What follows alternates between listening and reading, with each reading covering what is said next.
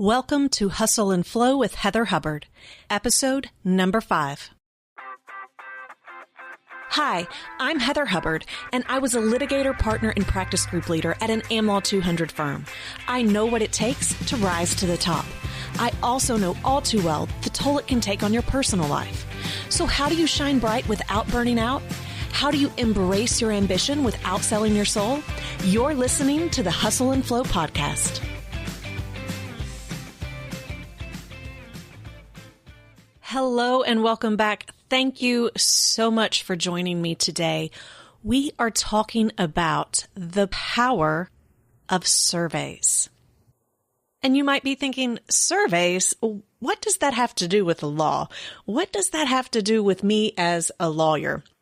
Well, let me first start by defining what I mean by survey, because I think it applies to all lawyers, whether you are in a law firm or not. So what do I mean by surveys?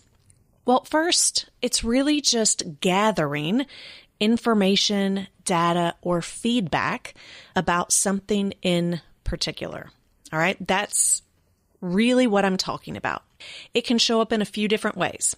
And the reason I'm not calling it just the power of feedback or gathering feedback can often be so unstructured that it's not helpful.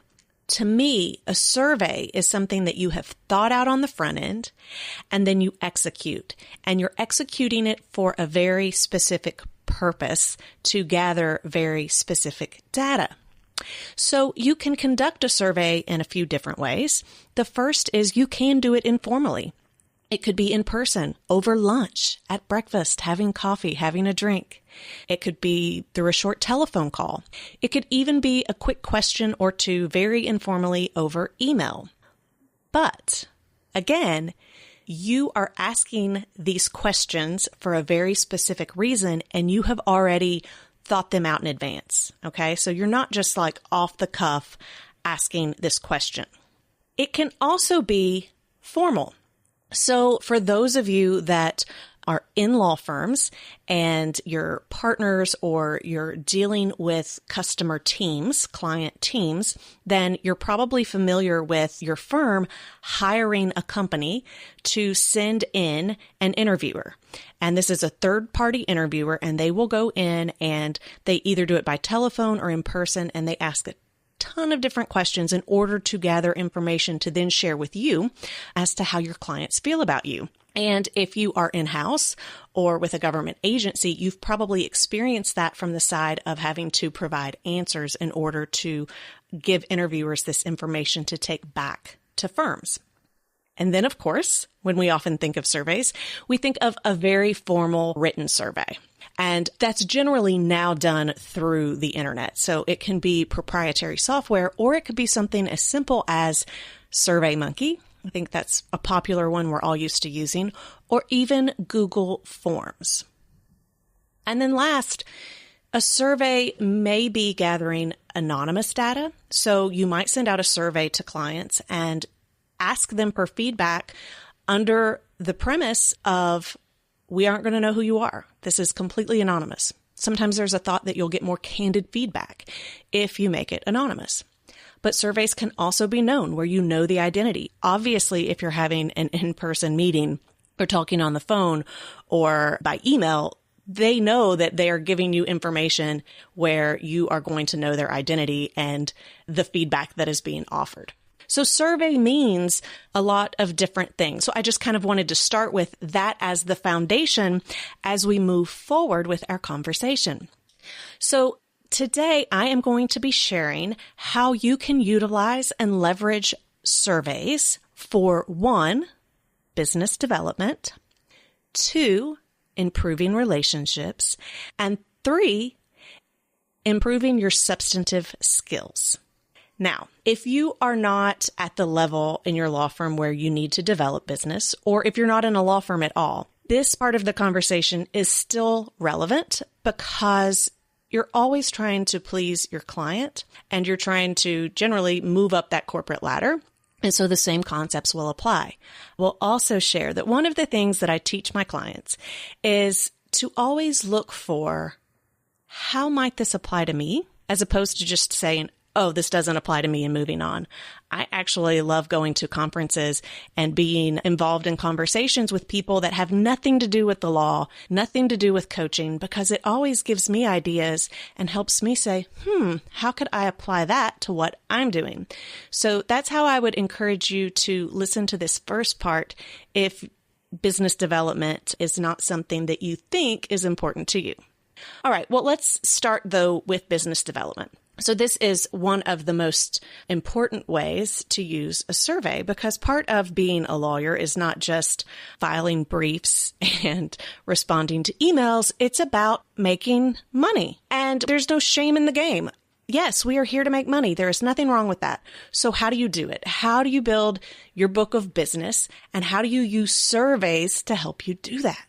Okay. We can learn a lot from the corporate world in this sense. So I'm going to explain to you the ways they use surveys and how you can use them as well in your business development efforts.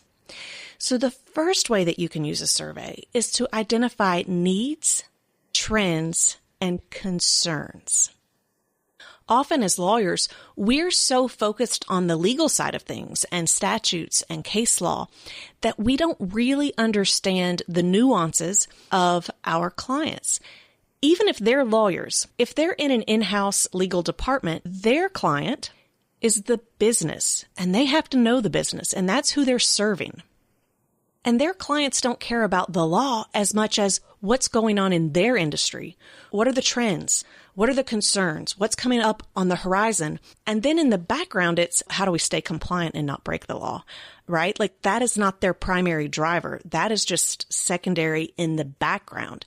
And so conducting surveys can help you get an idea of what is the client, what is the underlying client's needs, what are their industry trends, what are their concerns.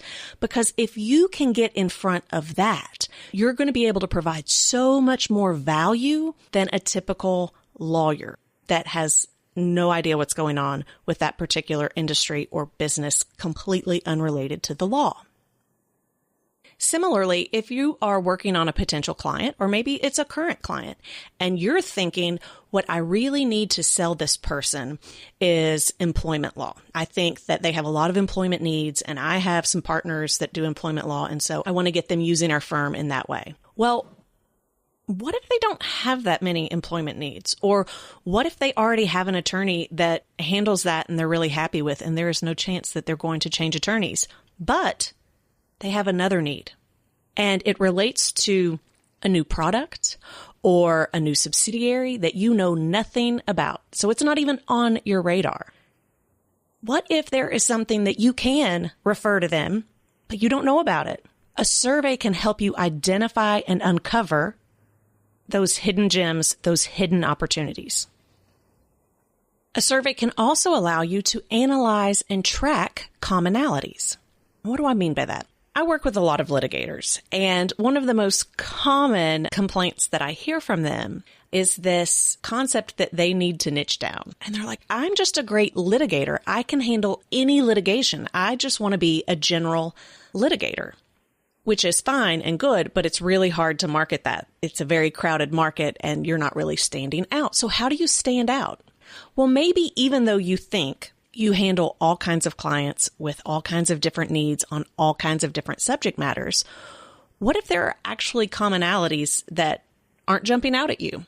By conducting surveys, you can actually start to categorize the clients that you're working with or you've worked with in the past, and you might be able to mine that data in a way that reveals, oh wait, I actually do 90% of my work for companies with annual revenues of X amount, and it's a small range, and they typically have this many employees. Again, it's a small range. It could be a large number of employees, but it would be within a small range. Maybe they're all Fortune 500 companies or Fortune 100 companies. Maybe they're private companies. There are many different things that could come up. But if you can identify what that is, it then helps you in your marketing efforts, because you can say, yes, I'm a general litigator, but here's where I specialize. And not only does that help you stand out in a crowded market because you have something specific to say, but it can also help you then identify other targets to go after. So if you're mostly working with a similar client, even if it's not the same substantive matter, you can go to others that are similarly situated and be more confident in your pitch, right? It helps craft what you're saying and why you're saying it. And you'll know, look, this is who I work for and I get them really good results and I can do the same for you. Companies are always analyzing and tracking and mining the data of their customers, and attorneys should be too. Okay, so another way that you can use a survey for business development is to learn the language, to learn the lingo of your clients. And again, this goes back to the fact that most of your clients, even if they're lawyers because they're in-house, they're not coming to you from a legal standpoint. They're coming to you from a business standpoint. And the words that you're using and the words that they might be using with their business folks could be so different. You might be saying one word and they're using another, and so you're literally not connecting. One of the best ways to show expertise and to be seen as credible is to use the language that your clients are using. And this doesn't just have to be business. Let's say that you are a solo attorney and you're doing family law, divorce law. Well, listen to your clients, because the legal words, the vocabulary that you're using to describe what they're facing in a divorce may be totally different than the words they're using to describe a divorce. And you want to speak in their language, in their words, because they're going to be able to understand you better and they're going to feel as though you get them. And when you can make that kind of connection, that's when clients, whether it's personal or business, say, I want you on my team because you get me, you get my needs, you get my concerns. And sometimes that's true, and sometimes it's just you're using the right words. You're using their language. A survey can help you pick up on that. Another way to use surveys for business development is to validate ideas before you invest a lot of time or money or energy. So a lot of law firms are trying to do alternative fees, to come up with creative billing solutions. But they do this in a vacuum. You know, we sit in our offices with other attorneys. We might have the accounting department in there with us to help us crunch the numbers. But we're really looking at it from our perspective more than the client's perspective, and we're trying to figure out what we think they would like. That's really not the best way to go about it. And I can assure you that is not how companies go about researching and developing new products and services. They are validating them first. And one of the ways you can do that is through surveys. So you might be hearing clients say, well, we would like this in a flat fee, or we would like, we have budgets. We would like for you to be able to give us something that we can put in our budget and, know that's coming each and every month. And then you might craft something around that. But what if you misunderstood what they were saying? And what if what they were saying is not really what they meant? By doing a survey and sending them basically different proposals. And depending on where you are in the survey process, it can be pretty high level or it can be really specific. But you send it out to them and you get their feedback on whether they like or dislike certain things and what would be their concerns about it. When you can gather that data and get that information on the front end, it allows you to create a proposal, to create a service or a flat fee that your client is going to like. And not just your client, but depending on how you're rolling this out, a lot of clients, right? So validate it on the front end, and you can do that through surveys. And certainly not last, because we could do this all day long. But the fifth way that you can use surveys for business development is to qualify potential leads. How many times have you identified a prospective client and you're trying to wine and dine them, or they call you, right? And there's this new opportunity and you get all excited. And so you spend a lot of time preparing. You're on the phone with them. You have initial meetings and consults. And then after all of that, and maybe after all of the wining and dining for a year or more, nothing happens, or they don't hire you, or you realize you actually don't want to do that work. Well, you just spent a lot of time trying to bring in a client that may have never worked out to begin with. And you could have caught that on the front end through the use of a survey. Now, this doesn't always work, but when executed properly, it can actually work really well. So if you are niched, if you have a specialized practice, this will be a little bit easier. If you're not, there are still some questions on the very front end that you need to know. And you can think about it in terms of what often gets in the way. What leads to a no? Is it that they can't afford your rates, or they don't want to pay the retainer, or they just want lots of free legal advice and then they're going to go off and do it on their own? Like, what shows up in your practice over and over again where you get these leads that at the end of the day weren't very good? If you can identify what those things are, those red flags, you can build that into the survey. And so as soon as you get that lead, as soon as you get that phone call, you can say, I have a really quick questionnaire, right? Like, you don't always have to call it a survey. I've got this really quick questionnaire that I need you to fill out initially, and then you can send it back. And it doesn't have to ask for any confidential information. It may have nothing to do with the matter at hand, but it's asking questions related to, it could be fees, retainers, communications. Again, whatever it is that often is a red flag for you and ends up being an issue, you can have that initial questionnaire. And when it comes in, you can immediately recognize, one, do I want to refer this to maybe another partner in my firm? 2, do I want to refer it out to another attorney completely? Or 3, do I just want to wish them well and say, we're not the right fit for you? This can be a very efficient tool to weed out people that aren't going to work. And again, also to qualify leads. So if you've identified a potential target and you do this on a regular basis, you can send out to a lot of different people, and it can be through SurveyMonkey or otherwise, a quick question of, hey, I'm trying to gather a little bit of data about legal departments and their needs. Would you mind filling this out? And if they don't fill it out, then that may or may not be a signal that they're not a good lead.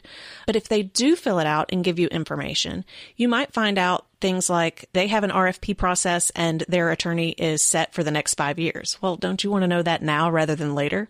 Or they can potentially identify where they're having their biggest issues.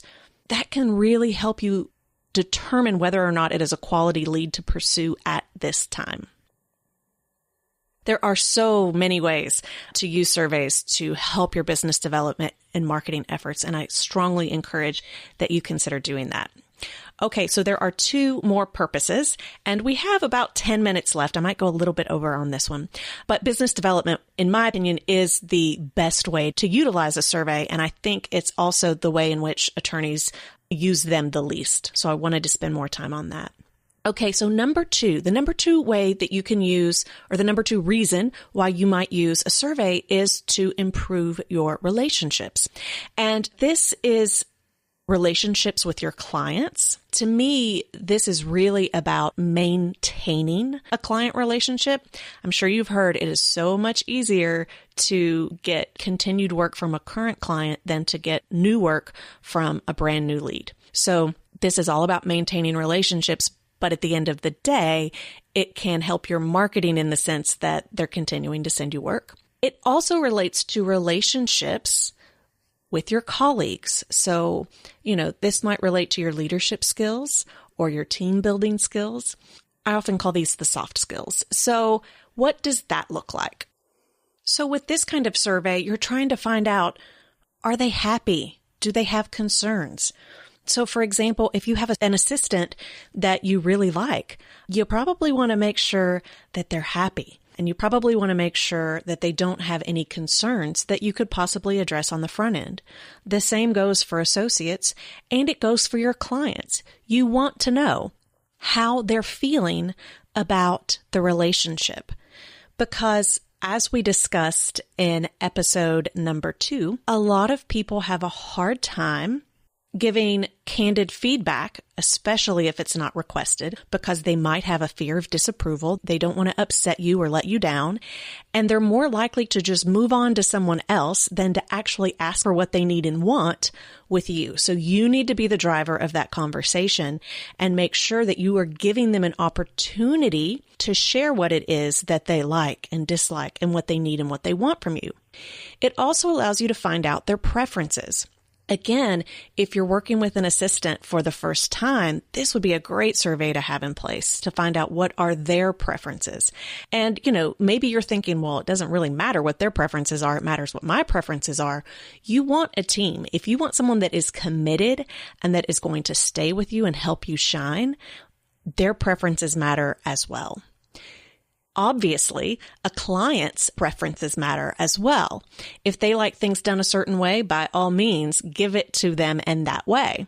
You want to find out what are their pain points and their frustrations. And this goes a little bit back to the business development piece. But if you have a client and you are not regularly finding out what's going on in their world, personally and professionally, and you don't know what's happening from the perspective of their relationship with the business, with their supervisor. If you don't know the pain points and frustrations of the business side of things or the personal side of things, you cannot deliver value in the way that you need to. And one of the best ways to get and keep business is to have that personal relationship. And to build relationships, you have to have this kind of information. And obviously, you're not going to send out a written survey that's asking your clients what's going on in your personal life. That's probably going to be in an informal conversation over lunch. But the key is that you're not just having an off-the-cuff informal conversation. You've already outlined on the front end what you're wanting to get from this person. And that may sound cold and structured, but it's not at all. It's to make sure that you're asking the right questions so that you can genuinely find out what's going on with them. And if you're not comfortable with having these conversations or you don't ever remember the answers, then having that written plan in place for you, they don't ever have to see it, is really important. You also want to know what are their goals and aspirations. So this happens a lot in the legal industry, any industry for that matter. People move around. They lateral all the time. They're looking for different opportunities. So let's say you have a client. Well, the client is twofold. One, the client is the actual institution. But two, the client is that person. And you want to treat both with equal importance so that no matter what happens, you can keep both relationships. But from a personal level, what is that person's goals? What is that person's aspirations? If they're wanting to climb the corporate ladder within that business, or if they're wanting to look for other opportunities, other cities, you want to know that because you want to be there not just for the business, but you want to be there for them personally and make contacts for them and network with them so that no matter where they go, they have a strong enough relationship that they're going to probably continue to use you in whatever role that they are in. But you don't just want to focus on the person because at the same time, you want to have that relationship with the business and know that business so well that if your personal contact leaves, you still have a really strong relationship with the business and the other people there. Surveys can accomplish this. And then what do they like about you? What do they see as your strengths? It might surprise you. You may see yourself in a certain way and you think that that's why you attract clients, but it could be that they see you in a totally different way. And if you know what they like about you and what they see as your strengths, that can really help you. Well, one, it might give you confidence. It'll feel good, but it will allow you to keep that in mind when you are then marketing to other clients, to other potential leads. On the other hand, you also want to know what they dislike about you and how you can improve. And this is a situation where if you ask that in a conversation over lunch, you're probably not going to get an honest answer, or at least as honest an answer as you could get if you are sending it in an anonymous format that is written. So again, with each of these, every time I'm talking about ways you can use a survey, you want to go back up to that initial list of what are the different formats? And you want to make sure that it's aligned because If you don't use the right format, you may not get the answers you're looking for. So one way to do this in the context of your company internally is 360 evaluations. Those have become very popular, and you don't have to hire someone to do it. There is definitely software out there that can support a 360 evaluation. There are coaches and consultants that will come in and do these interviews for you. But you can do this on your own, and you can even set it up with something like Google Forms or SurveyMonkey. People may not fill it out the same way that they would if, there was a hired professional that's actually seeking out the information. But don't let that stop you. The concept with a 360 evaluation is just that you are getting feedback from your superiors. You are getting feedback from those on the same level as you, your peers, as well as those below you. So for example, if you're a partner, you might pick 5 partners that you see as mentors or sponsors or on the management committee, leadership committee, your practice group leader, and you would ask them to fill out a survey. And then you would ask other partners that are basically at your same level to fill out a survey. And then you would ask associates and even paralegals and assistants to complete a survey. And the questions might be the same. They might be slightly different, but you would want to track the categorization of their level. I would encourage you to not ask their name so that you can get more honest feedback. And if you let them know on the front end that you're sending it to 5 people or more, then they're going to feel more comfortable in submitting that anonymous data. But you can get great feedback that way. And it's super important to leading teams and being seen as a team player to know what others think of you and not just what your superiors think of you. It's also helpful to track those trends. Sometimes the way that your superiors view you can be totally different than the way associates view you. And you want to know that. It allows you to then make changes just with that specific subset of people. But 360 evaluations are very helpful. They're super valuable. If you have not tried that before, or if you haven't done it in a while, I encourage you to do so. And then quickly, let's cover the last category, which is improving your substantive skills. So here you're asking your client or your superiors to give you feedback on very specific things that can overlap with the relationship part, the soft skills part, but for the most part is based on something that is very substantive.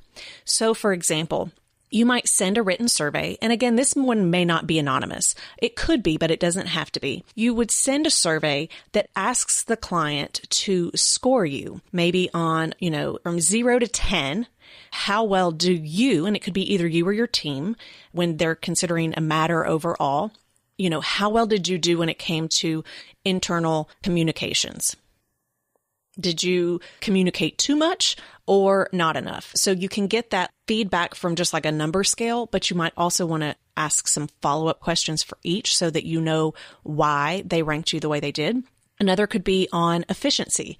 Did they think that the bills were higher than they needed to be? Are you efficiently resolving their problems, or do they feel as though it's taking you longer than it should? How do they feel about deadlines? Do they feel like you're in front of things, or are they always getting things at the last minute? Are you offering creative solutions, or do they think that you are just following the motions and they're not happy with your problem-solving skills? Maybe you want to find out, do they think that you are an expert, that you're knowledgeable in a specific area of law?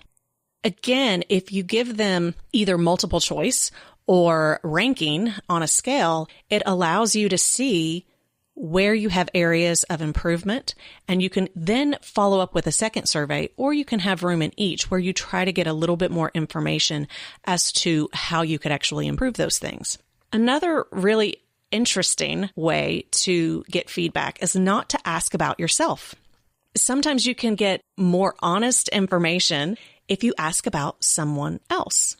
So for example, the question might be, thinking of the lawyer or the law firm that you have the best relationship with, or that handles your matters in a way that you like the best, then ask questions about them. And that way you're not even asking them to identify their favorite lawyer or their favorite law firm. You're just asking them to identify what it is that they love about them and what they do really well. That can be super valuable information, because if you're just asking questions about yourself, you may not ever know the areas where they think you could improve because they're not comparing the two of you, right? Like they might think of you as apples and oranges. So they're having a different discussion with you. That's a great thing to do in a survey, is to find out what it is that they like so well about other providers. And in that same vein, you can also have them rank and compare you. So you can say, how would you compare us to the other firms that you work with on these issues? And again, you would put communications, efficiency, billing, whatever you want, whatever is important to you. You can ask them to compare you to the other firms they work with. Are you average, better than average, or below average? That can be really helpful for you to know. And again, the feedback that they would give you without that may not be as honest or valuable as you would like. And then last, you can always ask for specific suggestions for improvement. And again, you can do that anonymous, you can do that in person, or you can hire someone to do that. And the same 360 evaluation that I was talking about with relationships also applies with substantive skills, especially if you are an associate or even if you're in-house or working at a governmental agency. If you send out that evaluation to not just those in your department, but the business that you're overseeing, you can get a really good feel for, one, how they perceive you and interact with you from a relationship basis, but also from a substantive skill basis. And having that information is really going to give you a leg up in leading your team and doing a great job, and ultimately moving up that corporate ladder and building your book of business and providing great value. Okay, I gave you a ton of ideas today in this episode. There's no way that you can do it all, but I don't want you to feel so overwhelmed that you just forget about it. So I want you to pick just one thing, whether it's business development, relationships, or substantive skills. And I want you to pick one form of a survey just to test it out and pick something you want to find out about yourself and try it out with a few different people. Test, have fun, but start using surveys. It is such a great way to help you in your career. Companies use them all the time, and you should be a smart, savvy business person as well. So start using those surveys today. Speaking of, I have a survey on my podcast. I would like to get to know you better, and you will see that it is a Google form, and you can see how that's set up. So depending on what you say, for example, if you say that your biggest issue is developing business versus your biggest issue is work-life balance, you're going to get a different question next. This is a free setup. Google Forms is a free setup, and you can really create very complicated surveys within it. And it's a free resource. So if you go on to hustleandflowpodcast.com/survey, you will see this Google form. It is embedded right there on the website. And if you will fill it out, it would be super helpful to me. It would allow me to know more about you, to track those trends and categories based on whether you're at a law firm or in-house or you're an associate or a partner.